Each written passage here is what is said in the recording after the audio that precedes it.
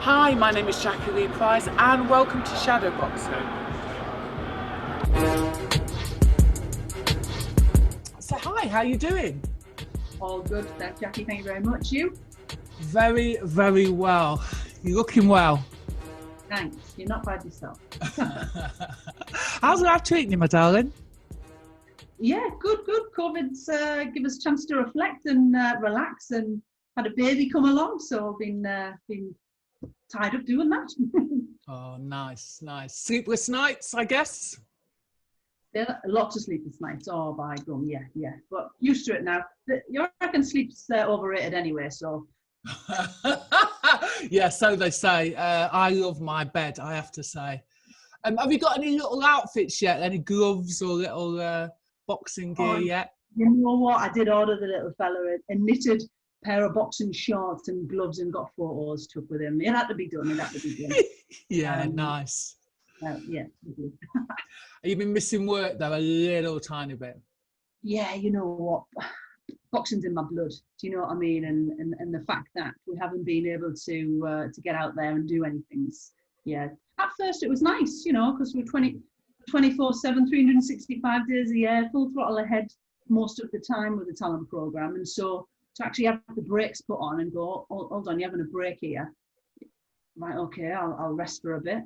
Right, okay, I'll reevaluate some things. How long is this going on for? Okay. And it's kind of progressed as it's gone on. So yeah, I'm definitely at the point now where I'm itching to get back to just some kind of normality for sure, and get the boxers back getting developed and boxing for England. Yeah.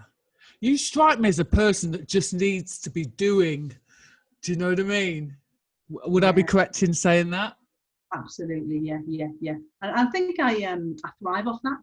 Yeah. That environment, that busy 24/7, keep it going. You've got a plan. You're going with it. Your diary's packed.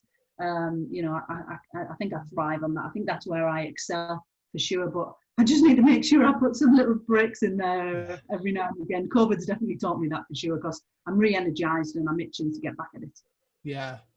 I cannot wait for the gyms to properly open again. I would like to introduce you properly to my viewers because, okay, some people might know you, Amanda. So here's Amanda Coulson, and she is the development coach for England Boxing Talent. Nice. But let's take it right back, because you are an integral part of the amateur boxing journey, both past and future. Talk to me about your amateur career. How did you get started? Taking you right back to 1997, inspired by an article in the national paper. 2 13-year-old girls going to be the first to box in Britain. Inspired. Want to give it a go. Where's the clubs at? I want to be part of it. Didn't necessarily like the first journey I had, if I'm honest. I picked up the yellow pages. Now I'm sure my age. Thumbed through, tried to find some boxing club numbers, spoke to the development agency, and they gave me a list of 6 or 7 numbers. Called the first one, and it was as if it's yesterday. My name's Amanda, seen this article, I want to learn to box, can I join your club? And the guy laughed. Girls in my club, you got no chance, love. Phone down. And I was like, okay, so this is not as easy as I assumed. But you know what? I had nothing to lose. Called the next one. Don't have any female changing facilities. The next one told me they didn't have any female coaches. No answer. And I had the Hartlepool Catholic Boys Boxing Club as the last number on my list. And after all this sexist comments telling me I can't join, I thought, well, this boys club's definitely not going to have me. But you know what? I'll give it a bash. Nothing to lose. Dialed the number, and the guy said, yeah, no problem. Come along. Here's the address. Here's the equipment you'll need. This how much it'll cost. And then he said to me, I've got to warn you though, there'll be no leniency because you're a girl. You'd be expected to do exactly the same as the boys. And I was like, no problem at all. Thanks a lot. Put the phone down, looked at myself in the room, and thought, yes, I'm in.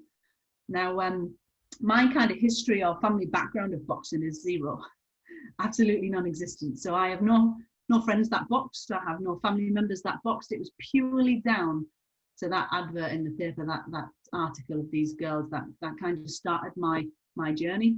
Went to the club, took 2 friends along. One dropped out after a couple of days, the other after a couple of weeks, and I stayed as part of the furniture for the next 16 years, really, of my boxing career. I had my first bout in 1999, October 1999, against a girl called Claire Stratton from Retford ABC. I beat her in a round, got stopped in a round, and I was itching to get back in, and I just kept boxing and boxing and boxing. But there wasn't very many girls to box back then, as you can imagine. And of course, same age, same weight, similar bout experience. It didn't take long before I didn't have anybody else left to box really in England. And my coach took me off to Ireland. I boxed Alana Murphy, who was called Alana Audley at the time, who's now Alana Neal. And I boxed her and beat her over in Belfast, which was brilliant. Come back, my coach got me signed up to a tournament called the Box Cup over in Sweden. So we flew out there. I'd had 7 bouts, won 7, knocked 1 out, stopped most of them. So I was out there thinking, yeah, this is great, can't wait. And I had huge success out there as well. They actually put me into the open class. So, you know, imagine maybe 0 to 5 bouts, 5 to 10, 10 plus. They put me in the open class. They said, nah, 717, you're not going in that class, you have to go in this class. And we were there, so there was nothing we could do about it. We were like, okay. Paul said, it's we for the experience getting. So I was like, okay, and that's my coach, Paul Allen. So I got in and I ended up boxing the Swedish number 1 and 2, and I beat them both, which was brilliant. Some real tough bouts over there. I won a gold medal, boxer of the tournament, and I got €100. Bingo. I was absolutely excited. Well, I didn't know they were giving out money back in the day. Yeah, believe it or not, I think it was about 2001. So that was kind of my first 13 bouts. No, it wasn't 7, 8, 9 bouts, which were great.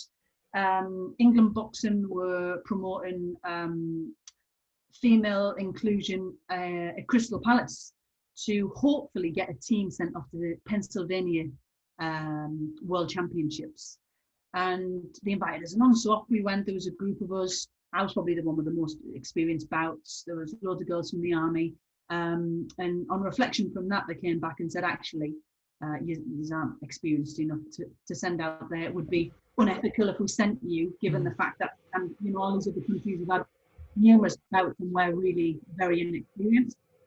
What they suggested was they'd start the international, you know, they start getting us more international competition to get us up and ready to that standard, which, you know, was great. It took a little bit of time, I've got to be honest. I sent numerous emails off to Sport England's England Boxing CEO, questioning why nothing was happening. Because I was keen, I was ready, and I wanted to become the best I could be. Do you know what I mean? And I needed England Boxing support to enable me to attend some of these events. And yeah, it kind of spiraled from there. I had my first England call-up in 2004. So it took from 2001 to 2004 before they really got anything going. And they selected 4 girls to go out to the European Championships in Italy. Myself, Nicola Adams, Tina Odell and Zoe Rafferty. And we all got annihilated in our first bouts. It was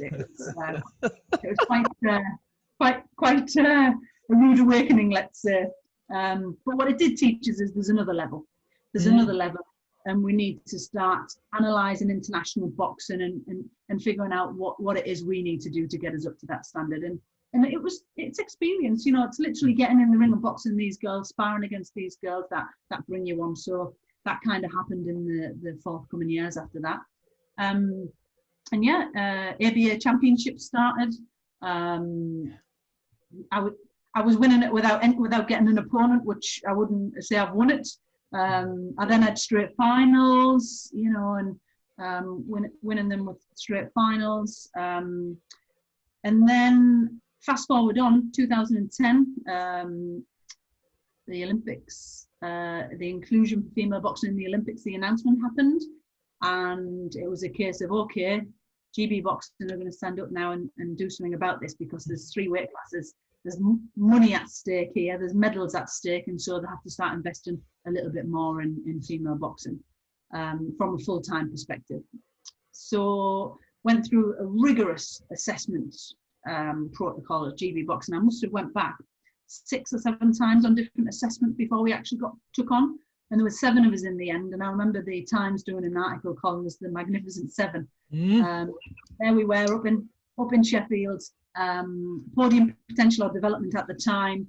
Every other weekend as they started integrating us into the program, getting us ready, and before they knew it, you're like, right, you're full time. We want you in full time. We need to prepare you well ready for London, because it wasn't far off. Normally you have a 4-year cycle, but this was literally fast forwarded within kind of a 2-year, 18-month period. So GB started sending us off to tournaments, getting us experience. And in my weight class, over the period we were there was myself, Natasha Jonas, Chantel Cameron, and Ruth Raper. We were the 4 girls that were kind of on the programme during that time, in some short spaces for some, but more for others. I managed to beat Ruth Raper in ABAs one year, so she left GB boxing actually. I can't even remember if it was her decision or GB boxing, but she decided to leave and venture elsewhere. And then that's when I think there was a space for Chantel Cameron, and she came in. She was the new kid on the scene. She was kickboxing world champion. She was winning the current girls in the ABA championship. We weren't allowed to enter because we were part of GB, going off to multi-nations, etc. And then Natasha had already beaten me. Natasha Fiona, she's my nemesis, I suppose. She's beaten me 4 times. Yeah. 2, I'd say were very flick of a coin. She got the decision, and the other 2, I'd say she definitely won them. One particularly was the GB Championships in Liverpool, Echo Arena, live on BBC.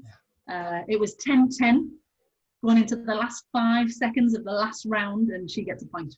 And it flicks 11-10, and that's it. She gets the decision. I was heartbroken that day for sure. She got that home victory, and Natasha went up to the Olympic qualifiers, qualified, and she made the Olympics. I was fortunate enough to beat Chantel Cameron up in York Hall in the GB Championships as well. So that was kind of the team. Like I say, Natasha got the nod at the end to go off to the Olympic qualifier. She qualified, and that was it. Mine, Chantel's dreams were shattered, and Natasha went. But at the time, I remember, obviously, I was devastated. But as soon as we come out the room speaking to Rob McCracken, I give Natasha a hug and I said, best of luck. I'm here. I'll prepare you as best I can to make sure that you're in a good place. And I stayed for the whole of the Olympics, run up to it to help her prepare in the sparring and get her ready. And at that point, I was still like, I'm going to prove people I'll be ready for Rio. And in the back of my mind, I was 29 and I have a tear in my extender hood in my knuckle, got a problem with my L4, L5. I've been boxing for 16 years. And I kind of thought, what, we've got these new kids coming on the scene. Chantel was that kind of up and coming boxer. Thought, what, it's probably time for me to hang up the gloves and pick up the pads and start passing on that knowledge and experience that I've been privileged to gain over the boxing career that I've had. So that's my boxing career whistle-stop tour. 81 bouts, 60 wins, 4 national titles, 3 European Union silver medals, and a multitude of multi-nation bronze, silver and gold medals to add to that. So yeah, that's me. Let's just talk about that for a second. So firstly, I remember that article where the 2 girls had this, I think they were about to have a bout. Yes. And they didn't have any sparring or something, or they hadn't had any sparring. So there was this whole thing organised, I reckon, and then there was quite a few girls that were boxing, but they hadn't had sparring. So I remember that article. And I also remember the Magnificent 7 article as well. That's mad. I remember you from the scene. I think that we probably started around the same time. So I kind of knew you from the scene, but didn't know you, if that makes sense. What's amazing, though, looking back at that time, is how many bouts that you were able to have, not just domestically, but internationally as well, because that was rare, wasn't it? Oh, yeah, absolutely. I mean, if I look at my record, I probably had, my 13th contest was an international, and I didn't have many domestic bouts after that, put it that way. So the majority, way over half of my bouts have been international. 2/3, if not more, I'd say, were international competition.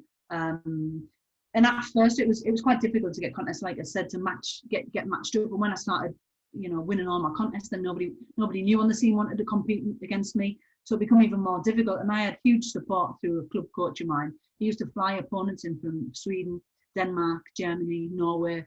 And I'd box twice a year on my club show against these international oppositions. And that's where I gained a lot of my experience, without a doubt.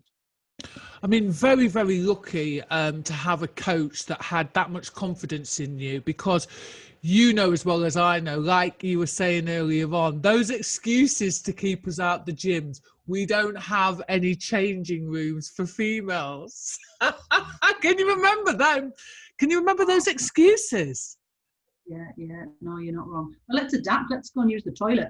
Let's not make it an issue. Let's get something. If we can't immediately change it, then let's just adapt in the meantime until we do have the facilities. But don't turn us away. But why not just put your top on, go home and have a shower at home? I don't know. Oh, yeah, exactly. To be fair, Fitzroy Lodge, they did build a female shower and toilet facility for us. So yeah, they were one of the first gyms that let women in. So yeah, hats off to them. But yeah, I recall you being incredibly confident and very technically savvy. I just recall, I think I saw you box Ruth and beat her because she was at the Lynn, wasn't she, at the time? Yeah. So I remember that part, and I just remember thinking, how advanced you were, because there really, no disrespect to England boxing, but there really wasn't anything in place for the females, like camp-wise, unless you were, there was nothing in terms of development, was there?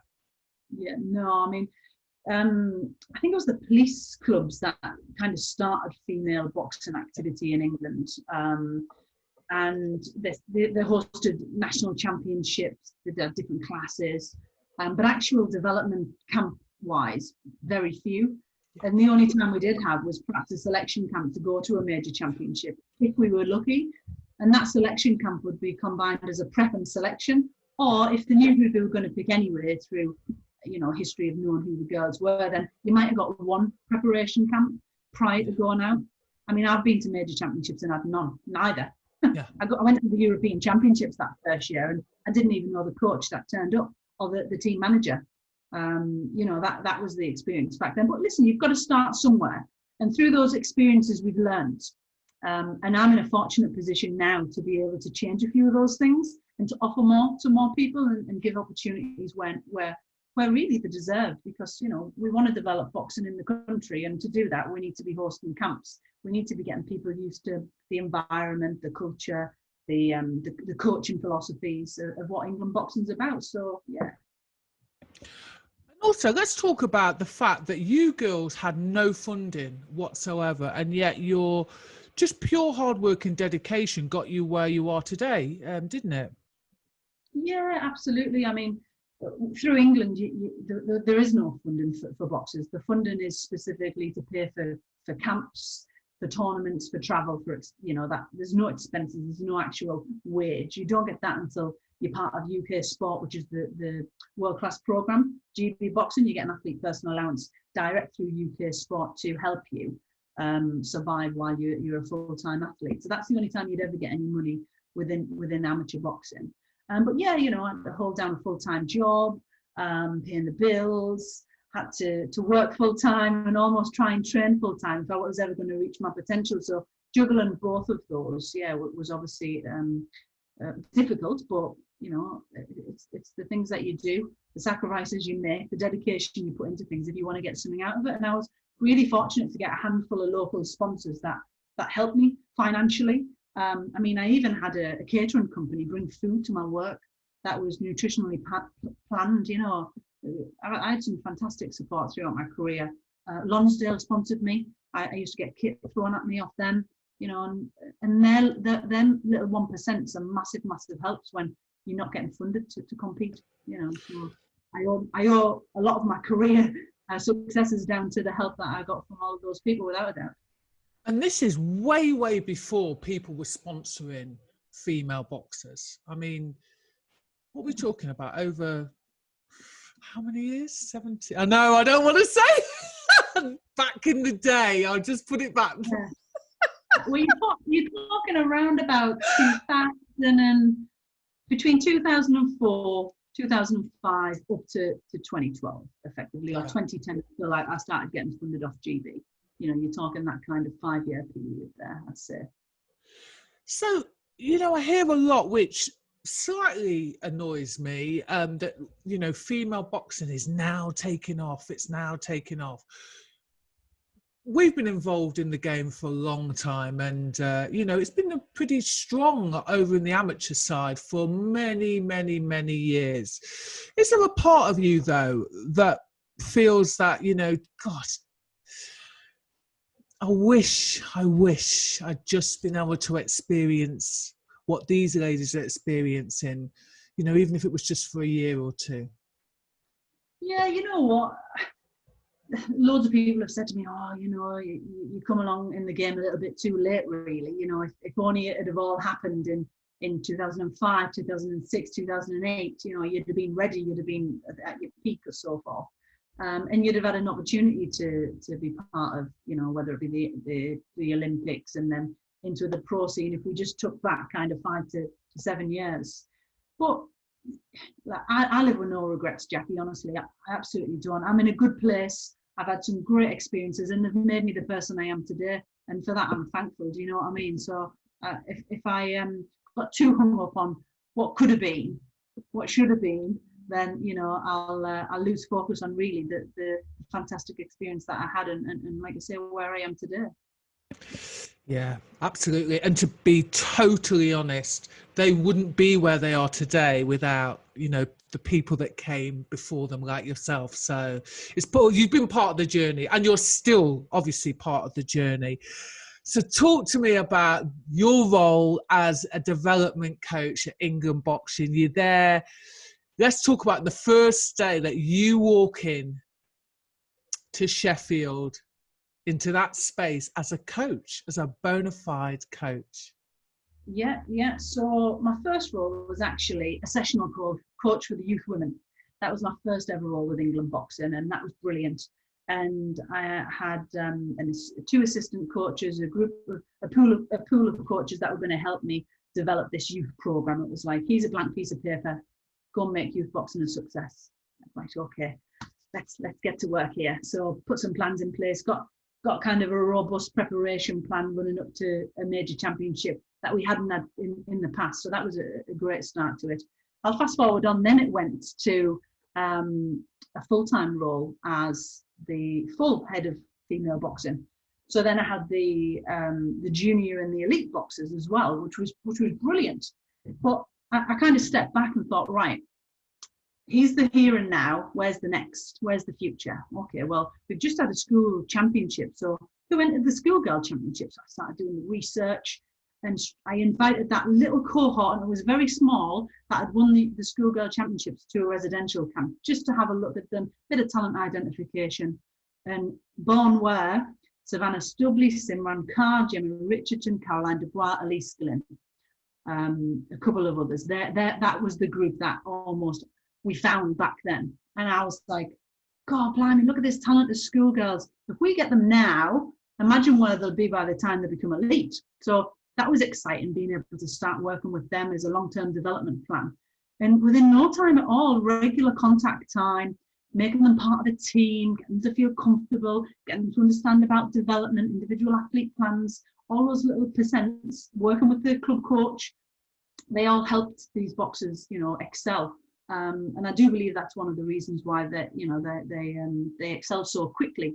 They were talented all day long, without a shadow of a doubt. They put the hard work in. They were going to get there, but they got there a bit quicker with these extra little 1%, I suppose. And that's been exciting to see them come through the system and be where they are today. And then I'll fast forward on my next role after that, become the development coach for England Boxing, which was no longer male and female. They got rid of the head of female, the head of male, the head of development, the head of pathway, and the assistant. They got rid of all that and said, actually, we're just going to merge it, and we're going to have a performance coach, a development coach, and an assistant. So I had to reapply for the job, do interviews, etc. And I was absolutely delighted when I got offered the development coach role. More so because it meant I was looking after male and female boxers, which meant that was a great challenge for me to reach my potential as a coach. You know, so that posed lots of obstacles, lots of challenges, but lots of excitement. And it was a case of, right, blank piece of paper, how do I do it now? Okay, well, where's the schoolboys? So I went to the school championship, started having a look, and said, we didn't have schoolboy champions. We didn't have schools. We had the girls because I'd been working with them, but schoolboys, were not part of our program unless they went to a major championship. So prior to me getting that development role, we didn't actually work with the school kids. So I said, well, actually, we're going to start working with the school kids. Let's get the school kids in. Let's get them on the pathway. And actually, you know, the runner-up, who I've watched lose on a split decision that was very close, that could have went the other way with another 5 judges. We want to work with them as well. So I brought in a program called the Schools Academy. So we started working with the number 2s as well as the number 1s. And I brought in the cadets into that group as well, which were, again, that next generation. Given the vision that, you know, as part of my development plan, it was a long-term development plan. I'd like to see, for me, if I can step back in 8 years' time and see any of them schools go school, junior, youth, and then make it into the elites, you know, it's been a success. And you wouldn't see that until for years down the line, but that's kind of my direction that I went in. And then setting up a Women's Aspire program in 2018, 2019 for the first time was something else that I was really keen. Obviously, you know, hugely passionate about female boxing, wanting to give people more, you know, more girls more opportunities. Brought this program in place whereby each of the regions got an opportunity to bring in 10 girls with some coaches to start working together, integrated in Sheffield.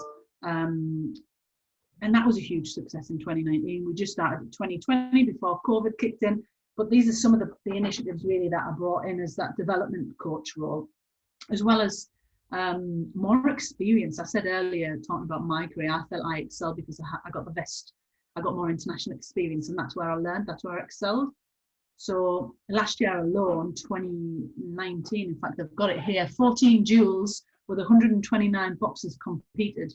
So I managed to bring 14 duels to the country in 2019 with a vast amount of boxers getting their best. I mean, if we can keep doing that year after year, being creative and getting more boxers, more experience in the England vest with an England coach in that different environment, then by the time they get out to a major championship, then they're going to know what it's about. It's going to feel normal to them. You know, it's going to feel a lot easier than it would be if they just turned up and that was their first time to get in the vest on. Do you know what I mean? So that was another thing that I brought on as part of that development coach role. So yeah, few of the initiatives I've brought in, and I'm absolutely loving the role. You can tell you're so passionate when you speak about, genuinely passionate about what you do. And obviously I've been around boxing a long time, so I've seen the change also that you've brought within England boxing. That said, do you sometimes get challenged in terms of, you know, as a woman, we know some people are still stuck in the back in the old ways. They don't think women can be coaches. Do you ever get challenged at all? Not verbally. No, I don't mean it like that, but you know what I mean. Or tested. Yeah, you know what? When I was a boxer, it happened time and time again, and my motto was, I let my fists do the talking. Do you know what I mean? And I changed loads of people's perception and opinion on female boxing throughout my career, because actually, gosh, she can box. You know, she's got hands in the right place. She's throwing a pretty decent jab. She's moving her feet. She knows where she's in the ring. You know, and slowly you change people's minds. I'm not somebody to stand on the top of a mountain and say, watch me, I'm the greatest. You know, I'd let my experiences, my opportunities that I create for people, I'd let people make their own opinion. And listen, someone wants to, it doesn't bother me at all. I've got 20 knives in my back, and I've got a group of people maybe out there that are anti-Amanda Coulson, because just watch this space, you know, listen to the things that are happening, step back and actually see the holistic approach of what's going on with England talent, and maybe in there somewhere you'll go, you know what, she's doing a good job, she is. Yeah. And that for me is better than me ramming anything I do down people's throats. You know what I mean? Absolutely. Let your work do the talking. It's not your job either, is it, really, to sell yourself? Your work does, you know, your work does the talking, and also those medals that you keep bringing home. Yeah, exactly. Without a doubt. The program's working. The people we've got in place, it's working. So, you know, somewhere along the line, the anti-Amanda Coulsons maybe are going to have to almost admit defeat. Yes. You know what I mean? Actually, yeah. Maybe I was wrong, or however they want to word it. Maybe they've changed their mind. Maybe Amanda's now more experienced. Whatever it is, doesn't bother me whatsoever. It'll just keep fueling what I'm trying to do, which is be the best I can be to be the best for the boxers out there. Yeah. Do you ever get a situation where people are still surprised when you're holding the pads? It always makes me like, what? Yeah. She can do the pads. I've had it numerous times. Quite comical. A school, school Three Nations up in Scotland. I can't remember the kid's name, but I had a lad on the pads, little traveller boy, taking on the pads and getting him to move and getting him to move his feet and coming with a double attack, and he kind of stepped back and said, "Oh, you're good on the pads, you aren't you?" What, have I got two heads? The reason why you think Funny that. Or is it because I'm a girl? Oh, no. I said, oh, well, get on then. You know, but I've had a few occasions like that. And something that really does get, make you feel good is when a boxer says, will you take me on the pads? Yeah. You think, oh, okay. But listen, some people might think I'm good on the pads. Some people might think I'm a load of rubbish. It's how you click with people, isn't it? And it's true. It's how you build that connection and make sure that they understand what you're trying to get at. But yeah, there's been many occasions that I've had them say, "Oh, you're good on the pads, you aren't you?"